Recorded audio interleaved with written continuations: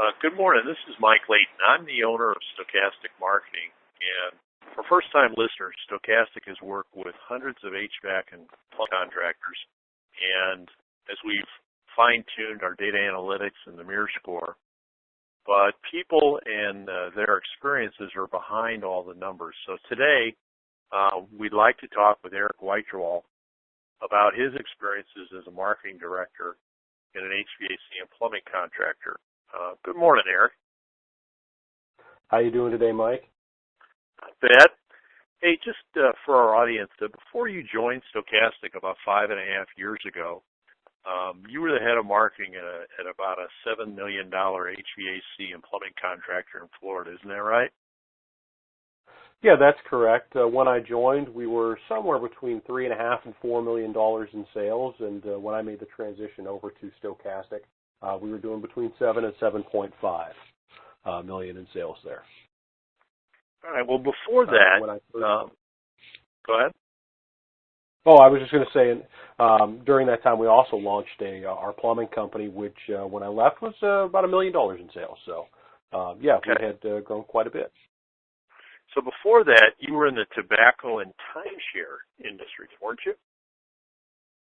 Yeah, I was the regional director for smokeless tobacco sales for the state of Wyoming and handled all of the sales there for U.S. smokeless tobacco across that state, and part of Colorado, and a little bit of a few of the other outlying areas where the interstate kind of passed over the state line.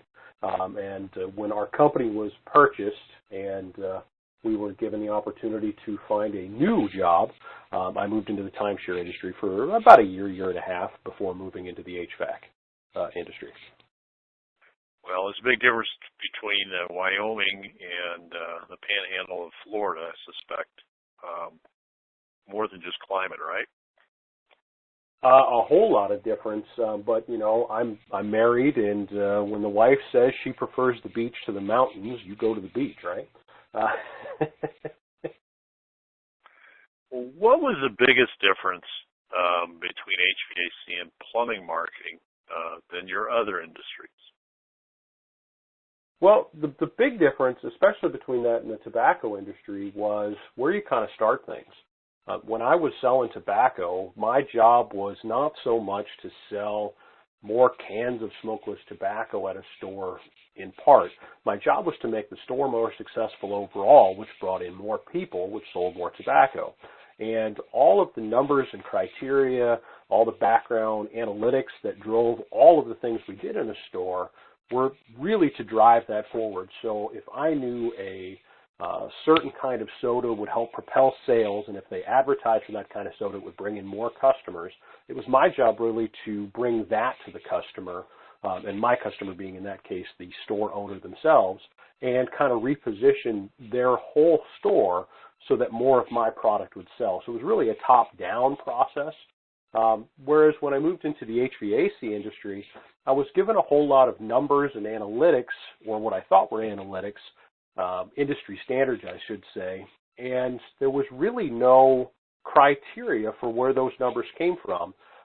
Oftentimes when you would dig into those numbers, I could never find a solid answer as to why that was the assumption, and whereas with tobacco, I could back up that if I sell more Dr. Pepper in a store, that will lead to more sales of this kind of tobacco. I didn't see that same correlation in this industry where someone would give me a number that I was supposed to set things up by, and then I would see those numbers reflected in my business. It actually operated a lot more like timeshare, where this was a big one-time purchase and I didn't see the customer again. There wasn't a lot of longevity there. But I didn't realize that for the first few months that I was in the industry, probably out to about the first year, where it started to occur to me that my industry standards, the things I was chasing after with my marketing, were not reflected in the sales we were actually making. And it was really starting to align more with kind of a timeshare deal where I was in it to sell to the customer now because I had to get the money today.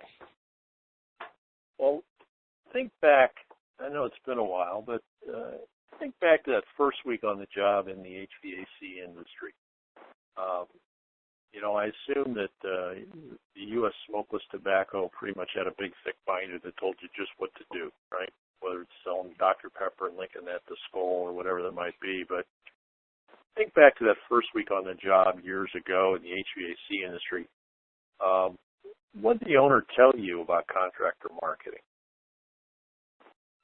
Well, the conversation we had was really about where we were generating leads from, how many leads we needed, and how could we get more leads. And at the time, this was almost a decade ago now, the conversation was really about how do we force ourselves online.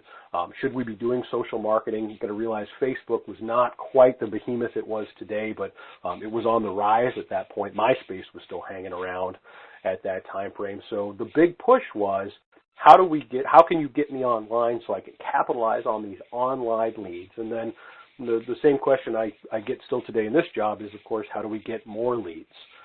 That was the thing that was kind of handed to me, and I was handed a book. I was working for a company that was part of a franchise that basically labeled what I should expect from my technicians in the field. So if they went on 10 calls, I should expect one flip. So then I needed to get 10 calls to get one flip that way, and then best practices when it came to direct mail, web, etc.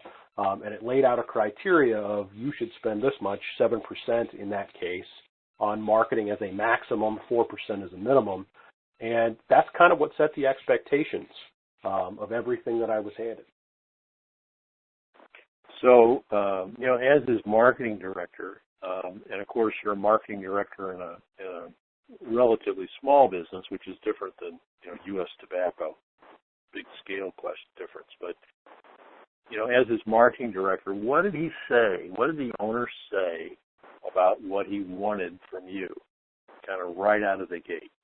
You started a new job and hadn't been in the industry. How did he set the goals for you as a marketing director? Sure. So our initial conversation was kind of a split. First was take care of solely the online implementation. So he wanted me to, out of the gate, kind of take everything online that existed, which was a website that had a phone number that rang to the wrong location. Fix that, get us onto social media, get us onto Twitter, Facebook, etc. That was kind of my sole responsibility from day one, and then slowly integrate over time, taking over things like direct mail, newspaper, community outreach, and things of that nature. And all of those things was really a lead-based number is what my job was required. We had kind of a monthly budget. This is the amount of dollars we need to bring each month, and this is your marketing spend based on that budget. You have to stay within that budget and then bring in X number of leads, which should lead to X number of sales. And so my criteria was set based on bringing in those leads, and then a lead cost. The big thing, and the internet really didn't have it, which is why the two were separate. The cost per lead seemed to be one of the driving factors of everything we were doing. I needed to keep my cost per lead under $100, specifically on a tune-up, and under $150, if possible, on a replacement lead. And those were the main criteria that were set from day one. Okay, so you seem to have some specific goals for cost per lead for service, social media, and replacement social media. Did he tell you what a new customer was worth or should be worth? Was that part of the conversation? That was never part of the discussion. It was always left to the idea if we got in the home, the salesman would make it happen. So at the end of the month, the dollars were the important number, not on the individual return on investment or individual value of each customer. That's actually not a number I probably discussed until my second year with the company, where we started to actually do some evaluation of what a customer was worth to us. But in the initial discussion, it was all about cost per lead and not about what what the value of a customer was after we acquired them. So when you first started,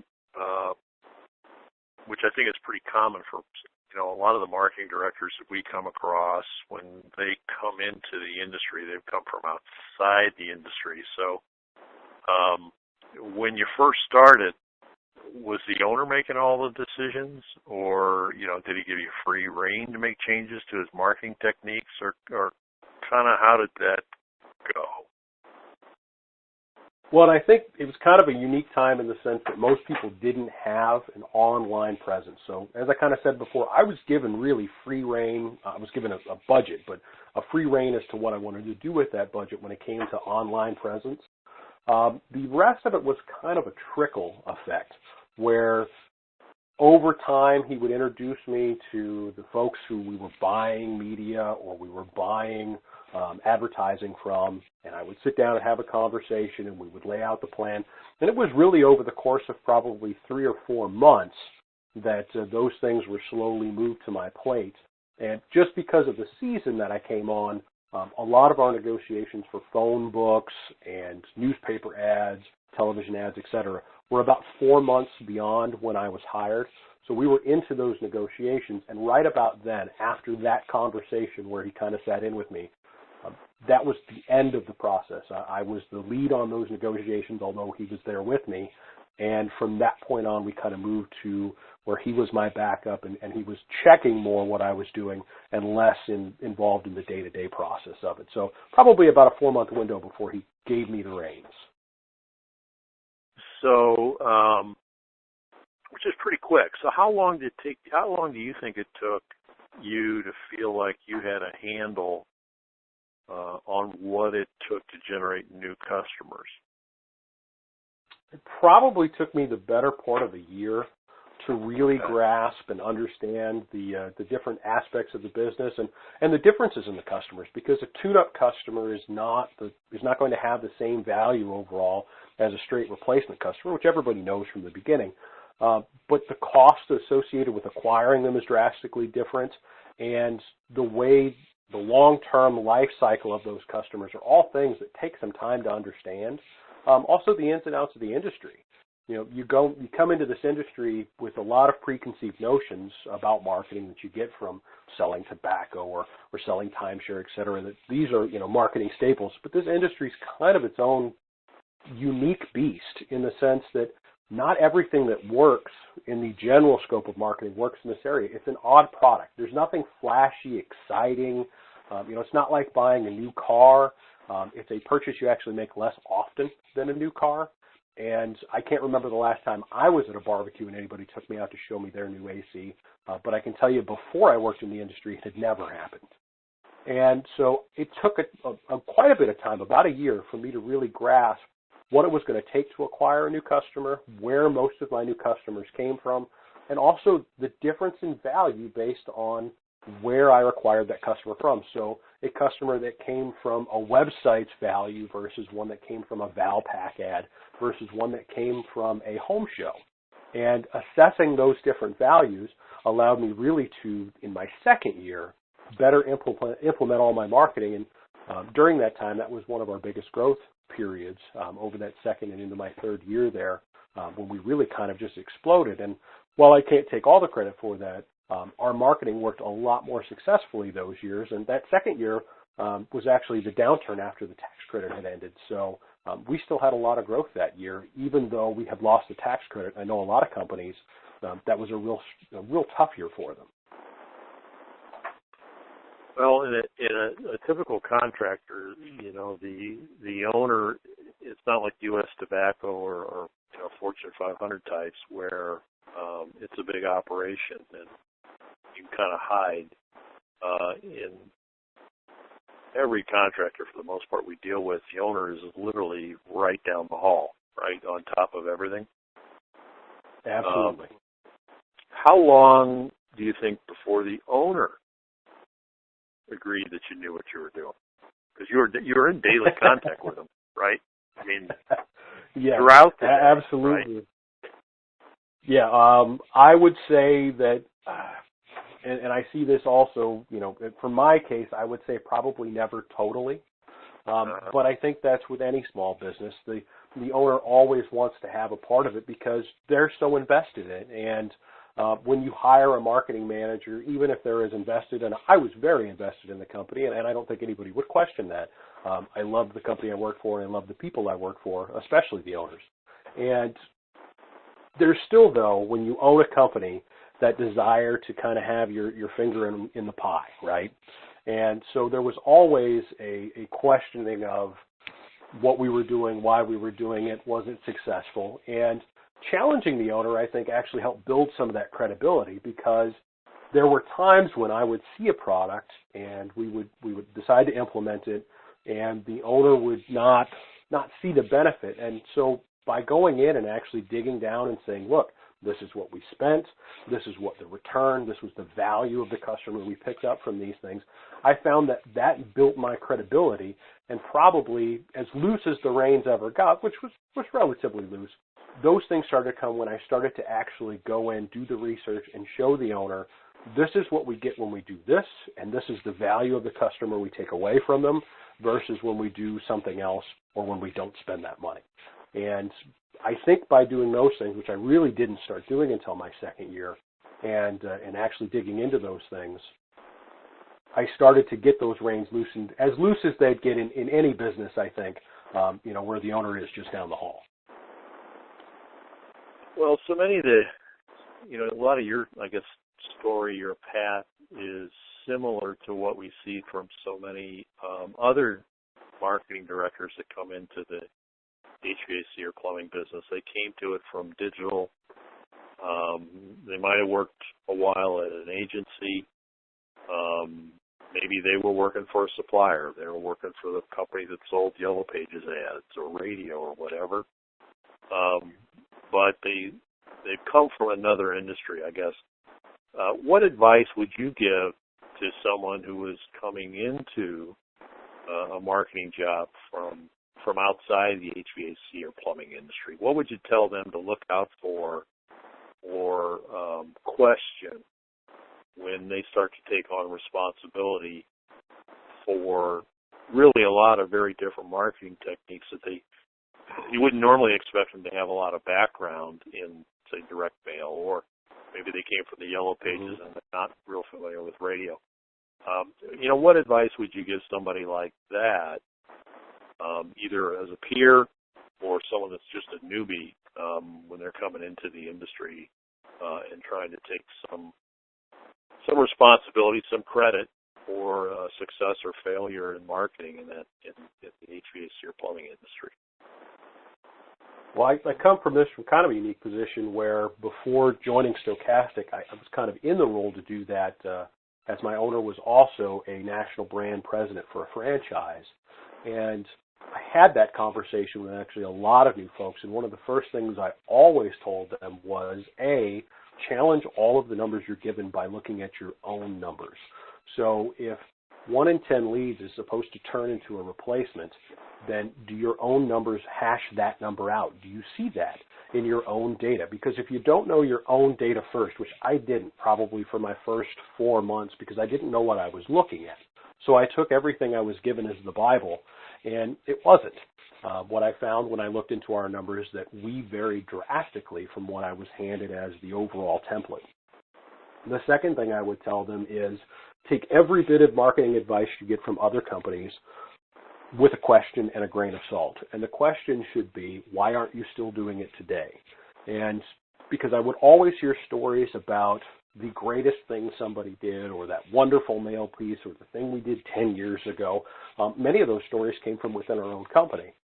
And I always regret not knowing to ask the question, why are you not still doing it today, when somebody would tell me about something they did great 5 or 10 years ago?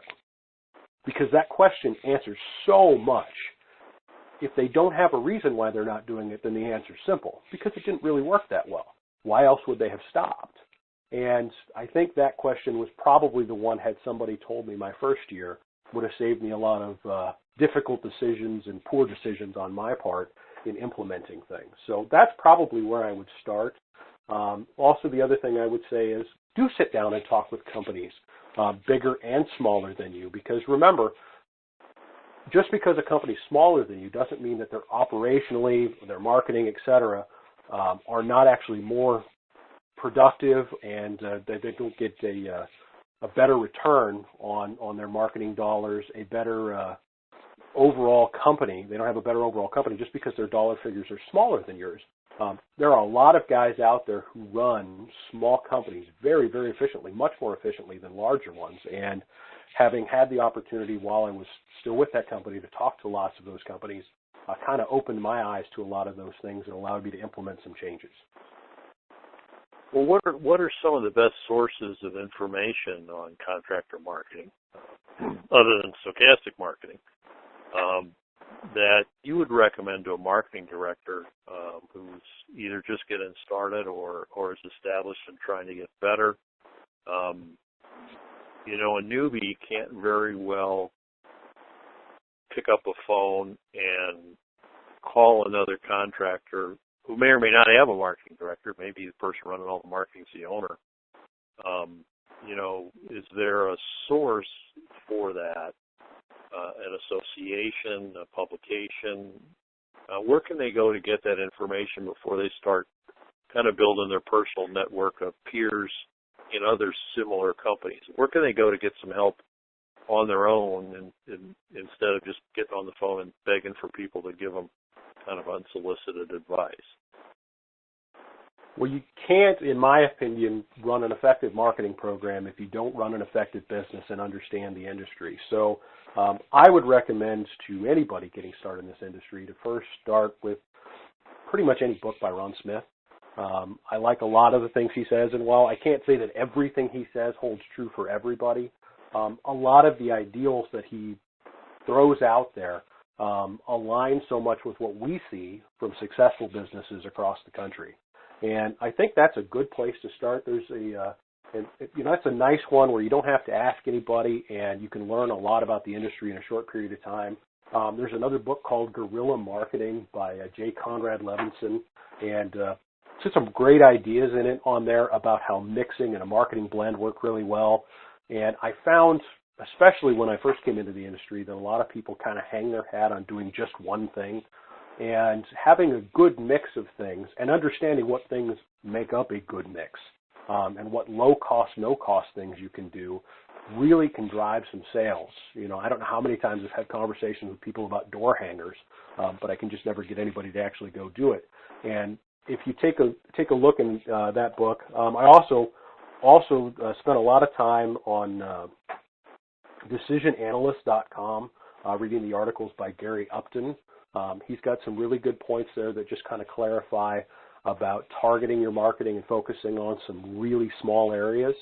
And those are the things that in the latter part of and really Gary Upton hasn't updated a lot of that stuff since 2014, I believe, was a lot of the end of the articles there, but it still holds true today. And by kind of refocusing myself, by reading those articles and books in the latter part of my first year, really when I got to the end of year one, moving into year two, they helped me start to identify what I needed to look at in the response from my marketing, where our calls were coming from, and our customers to better understand what to do, where we needed to focus our dollars. So those are where I would start if I wanted to do it on my own. But obviously, you've got the Service Roundtable group is a great place to reach out if your company happens to be a member of that. If you're a member of a franchise like a 1 hour or an airtime, if you're in that group, your profit platoons are great places to go and have conversations. You just want to make sure you're having the conversation with the right people. I found, especially at larger industry-wide groups outside of necessarily my profit platoon, that I got such a varied response to my questions that I didn't know what to do with all that information. But when I sat down at something like a profit platoon, I could single out one person who had success in some areas where I was faltering, and they could walk me through the process they had taken, and we could compare numbers and things of that nature. And I think that's the big thing is sit down and have a conversation with numbers, because the big grandiose conversation without anything backing it up is what I think leads a lot of people astray. Yeah, sometimes I forget the guys like Ron Smith, who've been around forever, and you can obviously Google him, find him on Amazon, and get his book, and it really doesn't cost anything, but it does give you kind of a little bit of the history and the war stories from building a business and marketing it and getting into homes, as well as, of course, if you do that, Amazon, one of the magic things about Amazon is they'll they'll point out all the other similar books you ought to buy. Absolutely, they're great marketers. And at least that's the kind of thing where someone comes in from outside the industry can get a little smarter without embarrassing themselves, kind of quietly. And that's really kind of the purpose of some of what we're trying to do here within Stochastic and sort of these kind of podcasts where we interview, half a dozen marketing directors to get their side of it, right, their perspective. Also have the similar conversations, similar questions to the owners of those companies to, see the other side of the coin, kind of in addition to a lot of the other topics we'll be digging into through this series, which, of course, we want to make available to all our first-time listeners and customers, and anybody else that's just trying to get familiar with what we're doing at Stochastic Marketing. Erik, I appreciate you taking some time, kind of making this available and sharing your experience with other members of our kind of growing association here, growing customer base. But I think it's my pleasure. Yeah, we'll get together again real soon and talk about this. It's a great way to kind of share information, and people can listen to it, pick it up at their own pace. But I appreciate the time, and let's talk again soon. But everybody, that was Erik Wytrwal, who's been with Stochastic now 5.5 years, right? It's been a wonderful 5.5 years as well. And like myself and everybody else here at Stochastic, all we do is talk about and think about contractor marketing and how to make it more effective. And we hope this helps you learn a little bit more about how to be more effective in your business. So I appreciate the time and look forward to catching up with you soon.